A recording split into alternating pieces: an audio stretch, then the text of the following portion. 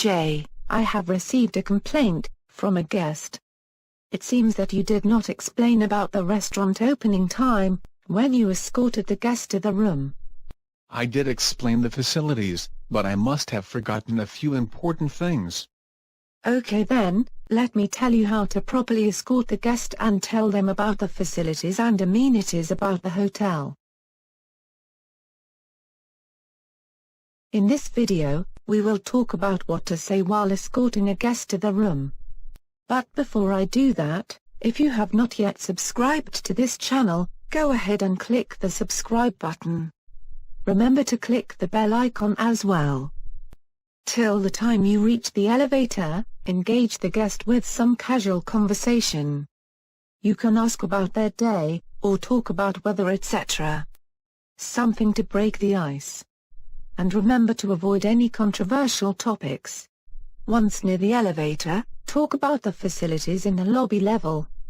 Maybe the location and timing of the gym, salon, etc.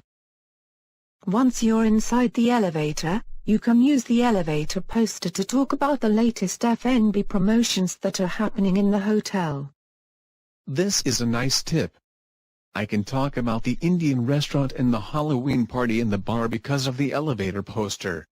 Just outside the room, show the room and say, "This is your room." Also mention if it is a smoking or non-smoking room. While you are inside the room, do show the guest the amenities, especially things that may be hidden from view. Like the minibar. Do tell the guest on how to connect to the hotel internet. And before you leave the room, do ask the guest if there is anything else they may want to know. Remember to also ask questions that reflect the time of the day. For example, if it is late in the night, ask the guest if they need a wake-up call in the morning. That way you will not miss out on any points about the hotel facilities and amenities. Thank you for teaching me this system.